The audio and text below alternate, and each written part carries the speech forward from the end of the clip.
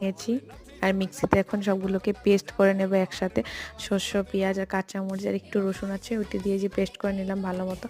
এই দেখুন, ওই যে কড়াইটা বসিয়ে নিলাম, এখন কড়াইটা গরম হয়ে যাবে, তো এটার মধ্যে পেস্টগুলো দিয়ে দেবো। যে যার পেস্ট করেছিলাম শস্য, পেঁয়াজ, রসুন একটু দিয়েছি, কাঁচামরিচ এগুলো দিয়ে দিলাম। এই যে মরিচের গুঁড়ো, মরিচের গুঁড়ো দিয়ে ভালো করে মিক্স করে নিয়েছি।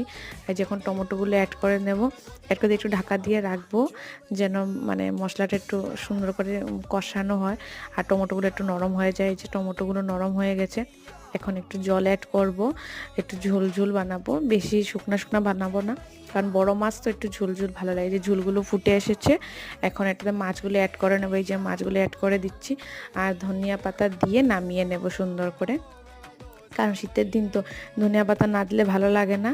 তো এই দেখুন আমার মাছগুলো ফুটে গেছে, ধনিয়া পাতা অ্যাড করে নিয়ে দিলাম। এই যে শেষ কমপ্লিট আমার রান্না।